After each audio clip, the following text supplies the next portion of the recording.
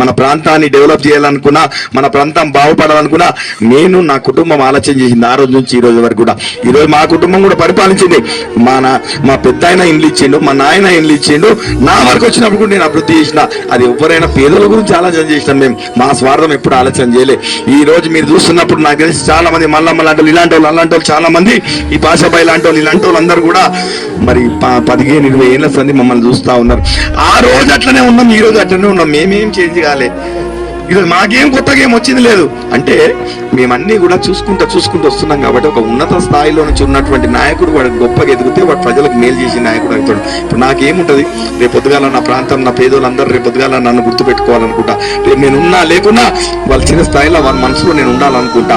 రేపు ఒక పేదోడికి ఇల్లిస్తే కాటసి నన్ను ఇల్లు ఇచ్చిండు అని చెప్పి ఈరోజు చెప్పుకుంటారు. ఈరోజు లింగమయ్య గారు ఇచ్చింది, లింగమయ్య గారు ఫోటో పెట్టిరాడు, కట్టు అది పెట్టిరు, స్టాచ్యూ పెట్టిరు.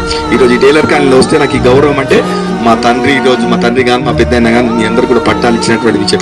ఆ విధంగా మాదిరిగా నాయకులు ఉండాలి. ఈ రోజు 5 సంవత్సరాలకు ఒకసారి వచ్చి మైకులు అలా మాట్లాడుకుని పబ్బం కరుకుపోయిన నాయకులు వద్దు. ఈ రోజు మీకు నా గురించి తెలియని ఏం లేదు, మీ గురించి నాకు తెలియని ఏం లేదు. మీరు ఏదున్నా నేరుగా మా ఇంటికి వచ్చినటువంటి పరిస్థితి మీ అందరికీ కూడా తెలుసు. కాటసి నన్ను ఇల్లంటే మా బిడ్డ ఇల్లు అని చెప్పి నేరుగా మన అందరు కూడా, మా అమ్మ అక్క చెల్లెలు కూడా నేరుగా మా ఇంటికి వచ్చినటువంటి పరిస్థితి మీ అందరికీ తెలుసు. మా అన్న తమ్ములు అందరూ కూడా నేరుగా మా ఇంటికి వచ్చినటువంటి పరిస్థితి తెలుసు.